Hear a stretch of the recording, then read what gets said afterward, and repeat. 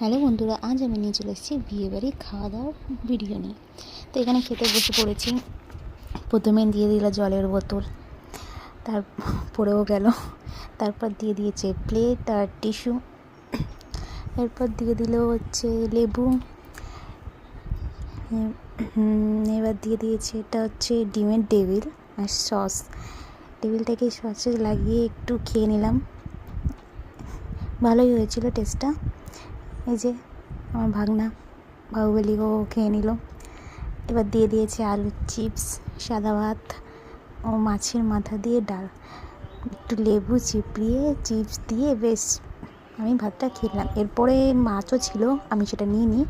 এবার দিয়ে দিয়েছে ফ্রাইড রাইস, স্যালাড, চলে এসছে চিকেন কষা, একটু চিকেন দিয়ে বা বেশ রাইস দিয়ে একটু মাখিয়ে খেয়ে নিই।